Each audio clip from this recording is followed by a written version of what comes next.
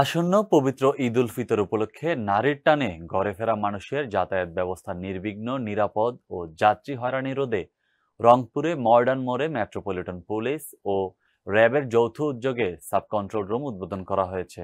দুপুরে কন্ট্রোল রুমের কার্যক্রম উদ্বোধন করেন মেট্রোপলিটন পুলিশের police commissioner Majid Ali BPM. এ সময় উপস্থিত ছিলেন রংপুর র্যাব ১৩ অধিনায়ক wing commander MZ M Intekhab Chowdhury, Rangpur জেলা মোটর মালিক সমিতির সাধারণ সম্পাদক ওয়াসিম বারী রাজসহ আরো অনেকে।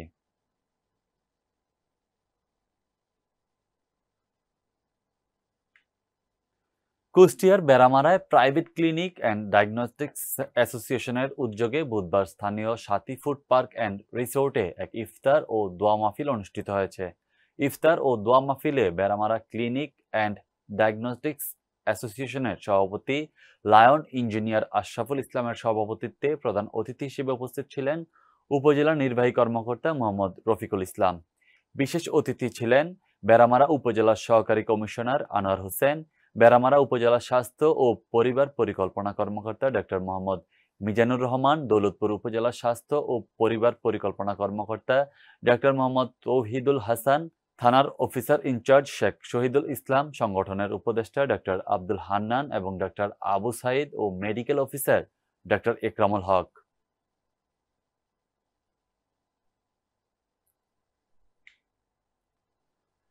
দক্ষিণ ফ্রান্সে পিঙ্ক সিটি তুলজ কমিউনিটির সম্মানে বাংলাদেশ কমিউনিটি অ্যাসোসিয়েশন তুলজের উদ্যোগে ইফতার ও দোয়া মাহফিল অনুষ্ঠিত হয়েছে। ইফতার পূর্বক আলোচনা সভায় সংগঠনের সভাপতি ফখরুল আকম সেলিমের সভাপতিত্বে সাধারণ সম্পাদক শাকির চৌধুরীর পরিচালনায় প্রধান অতিথি হিসেবে উপস্থিত ছিলেন তুলজ সিটির মেয়র জন লুক মোদেন। বিশেষ অতিথি ছিলেন অল ইউরোপিয়ান বাংলাদেশ অ্যাসোসিয়েশন আয়াভার মহাসচিব কাজী আনায়াতুল্লাহ, তুলজ সিটির deputy mayor Jilali Lahiyani, deputy mayor John Paul Ghosh, deputy mayor madam Delmo. বক্তব্য রাখেন সংগঠনের প্রধান উপদেষ্টা ফারুক হোসাইন, উপদেষ্টা মোতালেব মিয়া, সহসভাপতি তাজিম উদ্দিন খোকন, রেজাউল হক খান রাজু, আব্দুর রহিম আকাশ, যুগ্ম সম্পাদক মোহাম্মদ সিফাত, শাকিল চৌধুরী সহ আরো অনেকে। সভাপতি তার বক্তব্যে তুলজে মুসলিম কমিউনিটির জন্য একটি ইসলামিক সেন্টার ও মসজিদ স্থাপনের দাবি তুলে ধরেন। মেয়র জন লুক মুদেনকে তার বক্তব্যে আশ্বস্ত করেন তুলজ মিউনিসিপ্যাল ফ্রাঙ্কো বাংলা সম্পর্ক উন্নয়নে যথাসাধ্য চেষ্টা করবেন।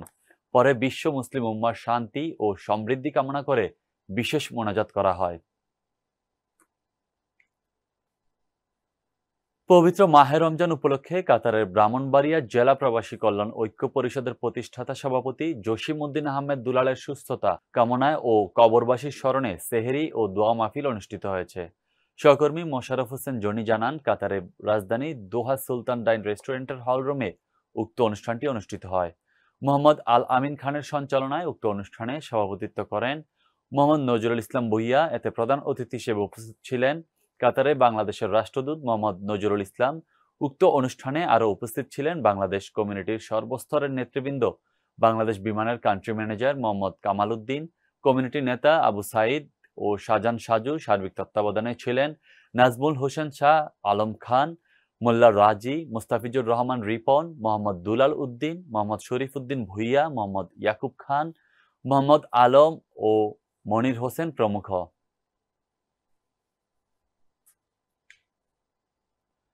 ফ্রান্সে বসবাসরত বিয়ানীবাজারবাসীর সম্মানার্থে প্যারিসে দোয়া ও ইফতার অনুষ্ঠিত হয়েছে। সোমবার বিকেলে ক্যাচ সীমান্ত শাহজালাল সুইট অ্যান্ড রেস্তোরাঁর বিপুল সংখ্যক প্রবাসী বিয়ানীবাজারবাসীর সরব উপস্থিতিতে এই দোয়া ও ইফতার মাহফিল অনুষ্ঠিত হয়। ফ্রান্স থেকে আমাদের প্রতিনিধি রাসেল আহমেদ জানান, আয়োজিত দোয়া ও ইফতার মাহফিলে সভাপতিত্ব করেন সাংবাদিক এনায়েত হোসেন সুহেল। কমিউনিটি নেতা আলী উদ্দিন সুমনের পরিচালনায় ইফতার মাহফিলে বিশেষ অতিথি হিসেবে উপস্থিত ছিলেন বাংলাদেশ অ্যাসোসিয়েশন ফ্রান্সের সভাপতি সালেহ আহমেদ চৌধুরী, বাংলাদেশ মানবাধিকার কমিশন ফ্রান্সের সহসভাপতি মাহবুবুল হক কয়েস, জকিগঞ্জ ঐক্য পরিষদ ফ্রান্সের সহসভাপতি আহমেদ মুজাক্কির চৌধুরী, কুলাউড়া অ্যাসোসিয়েশনের সহসভাপতি আব্দুর রহমান।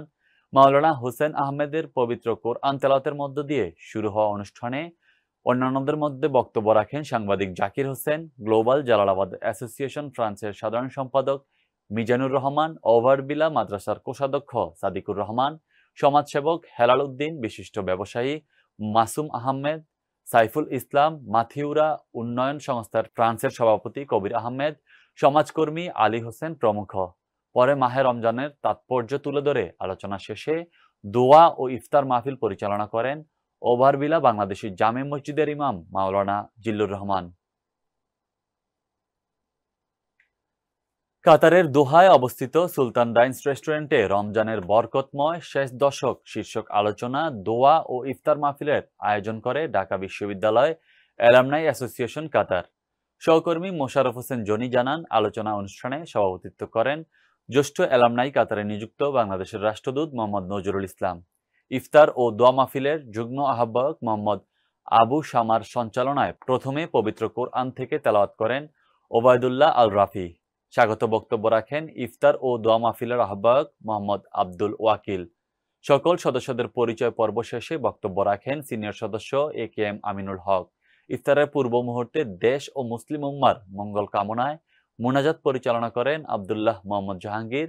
উক্ত অনুষ্ঠানে দূতাবাসে কর্মরত অ্যালামনাইদের মধ্যে উপস্থিত ছিলেন কাউন্সিলর মাহাদি হাসান, কাউন্সিলর মোহাম্মদ তন্ময় ইসলাম এবং প্রথম সচিব আব্দুল্লাহ আল রাজি।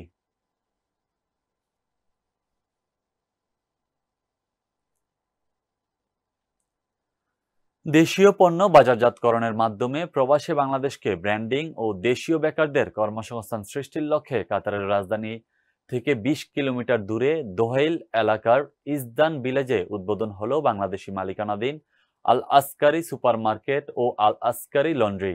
কাতার প্রতিনিধি মোশাররফ হোসেন জনি জানান, তরুণ উদ্যোক্তা নাবিল হোসেন বাদশাহ ও ইমরান মাহমুদ চৌধুরীকে সাথে নিয়ে ফিতা কেটে মার্কেটের উদ্বোধন করেন কাতারে নিযুক্ত বাংলাদেশের রাষ্ট্রদূত মোহাম্মদ নজরুল ইসলাম।